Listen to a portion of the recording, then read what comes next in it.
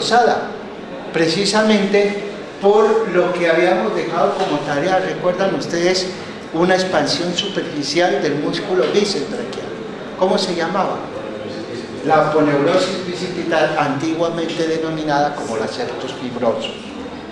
La fascia es reforzada y se ancla hacia la parte medial precisamente de la fascia y envuelve la porción proximal de estos tres músculos. El más lateral corresponde a un músculo que tiene dos cabezas de origen. La que estamos observando aquí corresponde a la cabeza superficial, ¿sí? Se origina prácticamente en el epicóndilo medial del húmero, la vemos. Se une a la cabeza profunda, que presenta lógicamente un origen ya a nivel ulnar, miren acá, ¿sí? Y se va al tercio medio del radio, donde existe la tuberosidad para este músculo, que se ubica hacia la parte lateral, en la cara lateral del radio, corresponde al pronador redondo, ¿sí? Importante porque encontramos aquí, resulta que las dos cabezas de origen del pronador redondo presentan un espacio que va a ser ocupado principalmente por estructuras nerviosas, más que todo por una de las divisiones que presenta el nervio mediano cuando hace su curso en este sitio, o va a ser ocupado por el nervio mediano cuando hace su descenso por este sitio y va a ser separado, digamos así, por el componente arterial. Entonces vemos nosotros, pronador redondo. Otro de los músculos que alcanzamos a ver aquí, que le sigue en posición anatómica, corresponde a un músculo que tiene origen también parcial en lo que es el epicóndilo medial. O sea que todos ellos tienen, aunque sea origen parcial, en el epicóndilo medial y comparten un tendón. Corresponde al flexor radial superficial, el flexor radial del carpo, no superficial, flexor radial del carpo. El flexor radial del carpo se proyecta lógicamente hacia lo que es la hilera proximal y el retináculo. Ahí va a estar lógicamente insertando. Su nombre nos dice ya su acción, es flexor, pero se ubica hacia la parte lateral. El hecho de ubicarse hacia la parte lateral pues le genera también un tipo de función específica. Entonces, el pronador redondo, su nombre está determinado por su acción y por la forma que tiene a un corte transversal, o sea, hace lo que llamamos pronación y el corte transversal muestra de que es completamente redondo. Entonces, ese es el nombre que recibe. El otro, flexor ulnar del carpo, su acción entonces es flexor de la articulación radiocarpiana, pero por estar ubicado hacia la parte lateral, accesoriamente es abductor de la articulación radiocarpiana. También va accesoriamente a participar con el pronador redondo en flexión del cúbito, o sea, de la articulación del codo.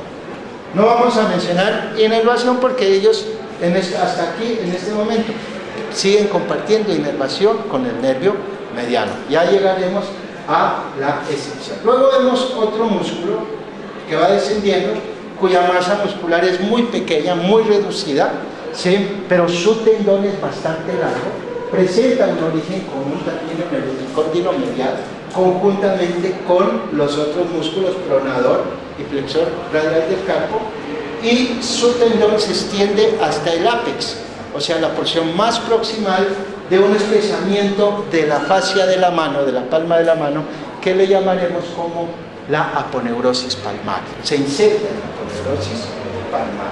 Entonces corresponde a un músculo cuyo tendón es largo, entonces toma el nombre de palmar longo. Miren ustedes que si bien no está en la mano, toma el nombre de palmar, ¿sí? Para que no nos vamos a confundir. Palmar longo, que inclusive en muchos de los casos su acción más que todo es de flexión de la articulación radiocarpiana, ¿sí? Pero en últimas su acción no es tan determinante o tan definitiva, de ahí que su tendón inclusive se lo toma como un elemento para reemplazar, o sea, sirve de injerto, de homo injerto para aquellos componentes que sí se consideran de mayor utilidad, digamos así, en la función de la mano, ¿no? Entonces aquí tenemos el palmar long. Y el cuarto músculo de ubicación completamente ulnar recibe ese nombre, pero también termina insertándose en el pisiforme y la cara anterior del retináculo de los flexores. Corresponde precisamente a el flexor ulnar del carpo. Corresponde precisamente a este, que antiguamente se denominaba como el cubital anterior. Flexor ulnar del carpo, que antiguamente, y no es raro que lo encuentren en algún texto, como el cubital anterior. Si hablamos del cubital anterior, es que como mínimo existe un ¿qué? Posterior, y sí lo vamos a encontrar. Si hay flexor ulnar del carpo, hay extensor ulnar del carpo, pero ya hace parte del grupo posterior. ¿Por qué lo mencionamos? Porque los dos tienen una posición mediada en su inserción a nivel de los huesos de la primera hilera o la hilera proximal del carpo. Entonces su acción es la de aducción conjunta, los dos. Flexor ulnar del carpo y extensor ulnar del carpo participan en aducción de la mano. ¿Sí? Bueno, eliminamos estos músculos y entramos al plano medio. El plano medio es un músculo grande, bastante extenso, digamos así, que presenta un origen húmero ulnar. Prácticamente se origina en el húmero, en el epicóndilo medial del húmero. Se origina en la ulna, inclusive en la parte posterior del olecrano, y sigue parcialmente el borde posterior del olecrano y la diáfisis del húmero. Y luego se proyecta como origen más o menos en el tercio medio de la cara anterior del radio. Porque aquí se está proyectando hacia el radio, forma un arco, miren ustedes, que permite observar las estructuras más profundas. Miren ustedes, aquí entonces, ¿sí? Tiene la forma de una pluma, digamos así, aunque es policaudado, por eso no se puede hablar de dipennado o ni siquiera unipennado, es policaudado, o sea que tiene varios tendones de inserción y corresponde al flexor común superficial de los dedos. Ese es el plano medio. Algunos autores ubican a este tendón, a este músculo en el plano profundo. ¿Sí? Entonces hablan de plano superficial y plano profundo, hablando de este como uno de los componentes más. Para nosotros nos queda más práctico seguir hablando del plano medio. Sus tendones, a diferencia de los que vimos anteriormente, que tienen relación con lo que es el retináculo de los flexores, pero son superficiales con respecto a él. Este tendón, o sea, los tendones de este, sí atraviesan el canal del carpo. ¿Sí? Van en busca de los 4 últimos dedos. Su tendón, antes de insertarse, se divide y se inserta en la base de la falange media de los 4 últimos dedos, o sea, así, así, así y así, abrazando la falange en su base por el lado lateral y por el lado medial y dejando un ojal. ¿Sí? O sea, deja un ojal, se inserta en esta forma y deja un ojal porque va a ser atravesado por el tendón del flexor común profundo. ¿Sí? O sea que ellos llegan hasta la base de la falange media, ahí se inserta, tanto medial como lateral, dejan ese espacio que va a ser atravesado por otra estructura tendinosa. El flexor común superficial de los dedos y los que mencionamos anteriormente, exceptuando el flexor ulnar del carpo, que todavía lo tenemos aquí, miren ustedes, así que no se lo ha seccionado. Exceptuando los demás que estamos mirando hasta ahorita, tienen inervación proveniente del nervio medial.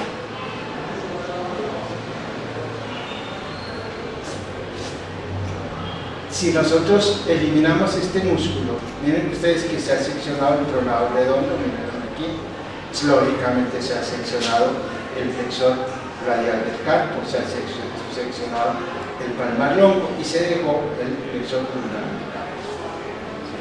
Ya que alcanzamos a ver unas estructuras vasculares y nerviosas que guardan relación con estos componentes.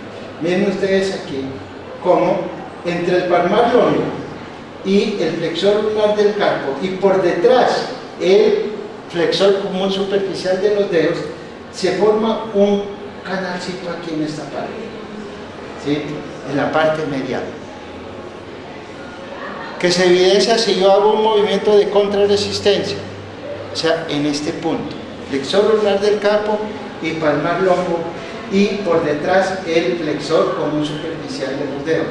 Es el canal del nervio ulnar y la arteria ulnar. Y vemos la arteria ulnar y, lógicamente, el nervio ulnar. Miren que la arteria y el nervio cruzan ventralmente al retináculo de los flexores. O sea, que ellos se separan del canal, del túnel carpiano. Lateralmente, vemos aquí ya otro músculo que lo mencionaremos ya de una vez por su relación anatómica. Este músculo tiene origen principalmente en la parte distal del borde lateral del húmero, ¿sí? Por arriba del epicóndilo lateral. O sea, su origen realmente es humeral. Por eso su nombre inicialmente es braquio, de brazo, y se extiende hasta la parte distal del radio, braquiorradial. ¿Sí? Este músculo braquiorradial es de ubicación lateral. Siempre lo vamos a ver. Si hacemos movimientos de contrarresistencia, se va a formar aquí en esta parte un canal también, que en últimas lo evidenciaríamos en esta región. Aquí está el músculo braquiorradial y ese canal está colocado aquí. Si colocamos nuestro índice y el dedo medio en esa posición, evidenciamos entonces el pulso, ¿sí? Presionando más con el dedo medio y presionando muy superficialmente con el dedo índice. Entonces detectamos ahí el pulso, canal del pulso, el cual lógicamente presenta lateralmente el braquiotendón del braquiorradial y medialmente encontramos el tendón del flexor ulnar del carpo. Regresémonos un momentito, miren ustedes, flexor radial del carpo, y el músculo braquiorradial en este sitio. Entonces me delimitan el canal del pulso, ¿sí? Entonces ya son componentes de relación anatómica que se van lógicamente configurando. Otro, lateralmente a lo que es el palmar longo y medialmente a el flexor radial del carpo encontramos lógicamente lateralmente al palmar longo, esto que sobresale aquí, ¿sí? Lateralmente a él, y medialmente a el flexor radial del carpo encontramos el canal para el nervio mediano. ¿Qué importancia? No vamos a palpar el nervio mediano ni vamos a palpar el pulso del nervio mediano. Vamos a ubicar un sitio en donde por lo regular el cirujano hace el bloqueo de los nervios. ¿Para qué? Para poder trabajar distalmente. ¿Sí? Cuando no se tiene conocimiento anatómico, pues el que lleva el bulto es el paciente. Y yo tuve una desafortunada experiencia en ese sentido. A mí me gusta mucho la talla. Hago tallas de madera, últimamente ya no los he hecho, pero me gusta tallar la madera. Desde muy temprana edad empecé a trabajar a tallar y a hacer cuero repujado y un poco de cosas que aprendí durante mi vida. ¿Sí? Y en una de esas de las tallas se me fue el pulmón que me descansó aquí. Me hicieron una tenoragia. O sea, me tuvieron que agarrar el tendón que se seccionó lógicamente y que se descansó como de los dedos y unirlo. Pero vaya la fortuna mía, di con un médico que no había aprendido anatomía. Y él lo que hizo fue inyectar el anestésico en la parte distal. Y me dejó con toda la sensibilidad en la parte proximal, cosa que cada punto consideran exageradamente doloroso. ¿Sí? Él debió bloquear proximalmente, no bloquear distalmente. Y aquí lo que me estaba bloqueando era la una. Ya después de que aprendí muy bien anatomía me di cuenta que esto era lo que me dolía. Y ya me di cuenta que él no había aprendido anatomía. ¿Sí? Entonces vemos nosotros que los bloqueos pretenden disminuir dolor. ¿Sí? El anestésico existe, es para evitar el dolor. Nada sacamos nosotros con decir, no espere, que eso no, que no es muy superficial, no, que si existe el anestésico, lógicamente hay sus riesgos, que son excepcionales, que personas sean alérgicas al anestésico, ese es el riesgo, pero todo tiene su riesgo también, ¿no? Entonces vemos nosotros, aquí a la conformación de estos canales, canal para arteria y nervio medial, canal para el nervio medial y el canal para la arteria radial. Vámonos más profundo. Seccionamos entonces el músculo denominado como el flexor común superficial de los dedos y llegamos al plano profundo. Y el plano profundo está conformado principalmente por tres músculos. ¿Sí? Uno que tiene origen también a nivel ulnar, inclusive alcanza también la cara medial de lo que la ulna alcanza, borde posterior, parte de la cara posterior, parte próxima. 2/3 proximales de la ulna son cubiertos e inclusive tiene origen en la parte anterior, cara anterior de la ulna. Se abraza la ulna y tiene origen en la membrana piterosa. Corresponde al flexor común profundo de los dedos. Es de ubicación, entonces, ulnar. Flexor común profundo de los dedos, ubicación ulnar. ¿Sí? También sus tendones, miren ustedes, van hacia la parte distal, cruzando el denominado como, ¿cómo lo habíamos denominado esto? ¿Sí? No, pero ¿qué llamamos todo ese espacio? El túnel carpiano. También atraviesa entonces el túnel carpiano. Sus tendones se van a los 4 últimos dedos. Atraviesan los ojales del flexor común superficial y se inserta en la base de la falange distal. ¿Sí? Entonces, tanto flexor común superficial como flexor común profundo hacen flexión. Flexión de la articulación interfalángica, ¿sí? Proximal. Flexión de la metacarpofalángica. Pero el profundo hace flexión de la interfalángica distal, así como lo hacemos aquí.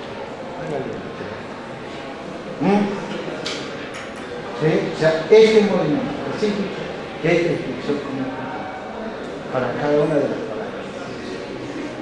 ¿Sí? Entonces, vemos nosotros, uno, el flexor común profundo tiene un tendón para el quinto y un tendón para el cuarto. Esa porción para el quinto y el cuarto, que son esta parte medial, tiene una relación muy importante con el flexor ulnar del carpo, y es que los dos son inervados por el ulnar. Esta porción inervada por el nervio ulnar, el cual desciende, como ustedes lo ven, entre el flexor ulnar del carpo y el flexor común profundo de los dedos en el antebrazo, y luego emerge prácticamente en relación casi a ellos, como lo habíamos visto. Ven ustedes aquí, ¿sí? Flexor ulnar, flexor común profundo de los dedos, y hacia acá estaría el flexor ulnar del carpo. ¿Sí? ¿Qué más vamos a encontrar aquí? Se ha seccionado un músculo, que es importante. Volvamos, regresémonos un poquito, que aquí lo vemos parcialmente, es este que está aquí. ¿Sí? Lástima que no lo alcanzamos a ver muy bien, a estar cubierto parcialmente por, lógicamente, el denominado como el flexor común superficial de los dedos, y corresponde al músculo Flexor largo del pulgar, que sale aquí en este ciclo. El flexor largo del pulgar tiene un origen lógicamente en el radio, cara anterior del radio y membrana interósea, prácticamente de los 2/3 medios, y desciende, ¿sí? Desciende 2/3 medios, 2/4 medios, perdón, y desciende lógicamente su tendón dentro del canal del túnel arterial y se inserta en la base de la falange distal del dedo pulgar. Flexor, lógicamente, que largo del pulgar. Esta acción principalmente es por el músculo flexor largo del pulgar. Aquí lo palpamos haciendo esa acción. Movamos esto y ahí palpamos. ¿Sí? Ahí vemos cómo se desliza el flexor largo. En el cuarto distal de los huesos del antebrazo encontramos un músculo que se extiende desde la cara anterior de la ulna hasta la cara anterior del radio. Prácticamente abraza la membrana interósea, profundo. Miren ustedes, a todas las estructuras que hemos mencionado. Su forma es cuadrada y su acción es esta. O sea, ¿cómo es esto? ¿Qué es esto? Pronación. Entonces el músculo pronador cuadrado. Músculo pronador cuadrado. Ya vemos entonces descrito plano superficial, plano medio y plano profundo de los músculos del antebrazo. En general, nosotros vimos que ellos son y actúan en la articulación radiocarpiana, metacarpofalángica, interfalángica, proximal y distal, pero accesoriamente también participan en la flexión del codo. Recuerden ustedes, no todos, pero la gran mayoría de ellos tienen su acción sobre la articulación del codo. Todos, exceptuando lo que mencionamos, inervados por el nervio mediano. Las estructuras que vemos aquí dispuestas, miren ustedes en posiciones, ¿sí? Proximal, media y distal, que alcanzamos a observar en una sección proximal que corresponde a esta, el grupo anterior que correspondería a estos componentes. Miren ustedes que los septos intermusculares no están tan bien evidenciados, digamos así, solo unas partecitas se alcanzan, digamos así, a ubicar componentes más superficiales. Este sería el borde posterior de la ulna, hacia acá el borde interóseo de los dos componentes ulna y lógicamente radio. Vemos el paquete vasculonervioso, en este caso el nervio mediano, hacia acá el denominado como la arteria braquial en su parte proximal. Recuerden que aquí es donde se va a dividir ya en arteria ulnar y en arteria radial, un poquito más abajo de esta sección.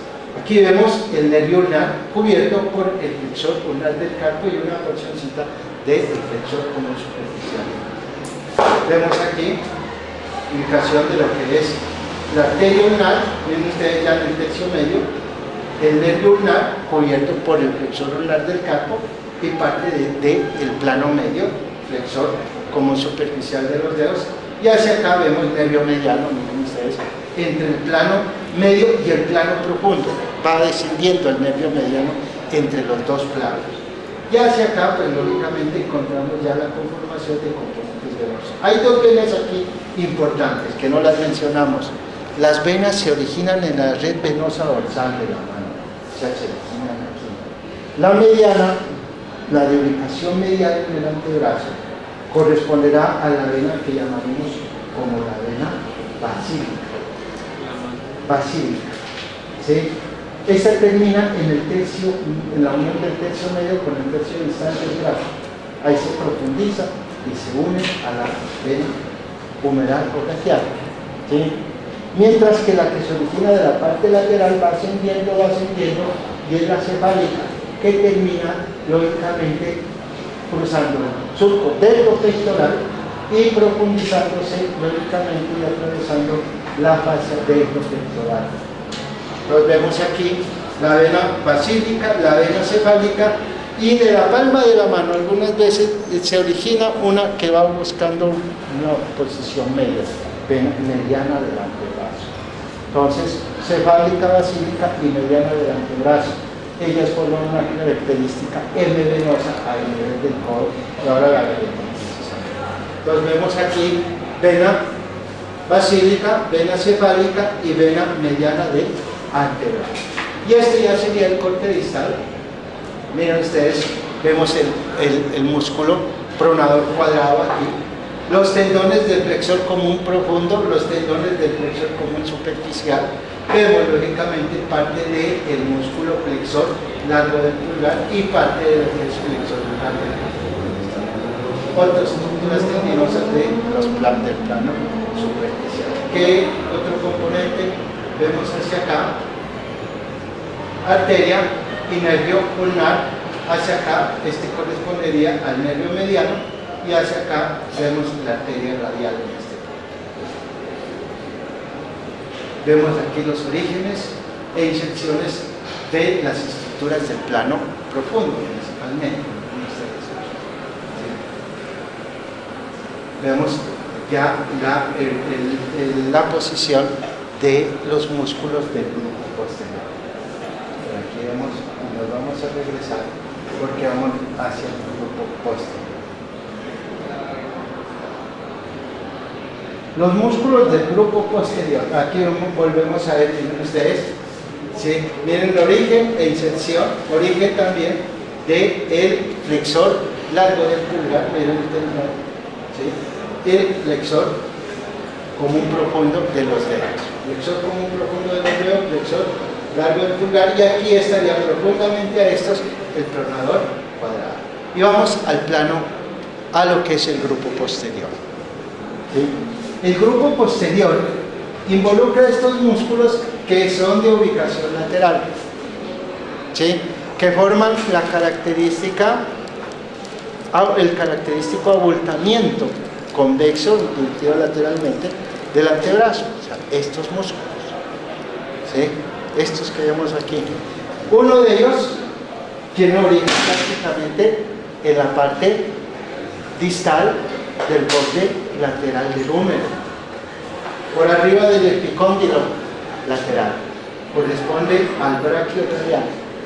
Ya lo describimos, ya sabemos a dónde llega, hasta dónde se estira, ¿sí? Su acción se hace más evidente en contrarresistencia, o sea, yo hago esa acción y lógicamente me resisto a hacer la acción. Es supinador, por eso antiguamente se le llamaba supinador largo. ¿Sí? Accesoriamente hace flexión del cúbito, excepcionalmente, salvo en movimientos de contrarresistencia, participan en extensión. Entonces, el braquio radial. A él le sigue otro músculo que tiene origen también en el borde lateral del húmero, por arriba del epicóndilo lateral. Corresponde a un músculo que se extiende hasta la base del segundo metacarpiano. También se proyecta hacia la cápsula celular, lógicamente de esta corresponde a el denominado extensor radial largo o extensor radial longo del carpo. Antiguamente, por su característica posición con respecto al radio, ¿sí?, se denominaba como el primer radial externo. Si hablaba del primer radial externo, habría entonces otro que se denominaría como el segundo radial externo. No es raro que en ninguna clase, un texto antiguo, ustedes vean esos nombres. Para ahora, entonces, encontramos extensor radial longo del carpo. Miren dónde está terminando la base, ¿sí? Ya originándose prácticamente en el epicóndilo y parte de lo que es también ya la cabeza del radio, la cara lateral del radio, encontramos el denominado como extensor radial breve del carpo. Va a la base de la tercera, del tercer metacarpiano. O sea, van al segundo y al tercer metacarpiano del dorso. extensor radial tronco y extensor radial. Su acción, lógicamente, es la extensión. Accesoriamente participaría también en abducción y, lógicamente, también accesoriamente de resistencia coadyuvaría para la producción por su publicación, ¿no? Entonces vemos nosotros el extensor radial largo y el extensor radial breve. Y otro músculo que tiene origen prácticamente en lo que es el olecrano, borde posterior del olecrano, cara posterior, membrana interosseosa, muy grande, que lo vemos aquí mismo. ¿Sí? Corresponde al extensor común de los dedos. El extensor común de los dedos no tiene, lógicamente,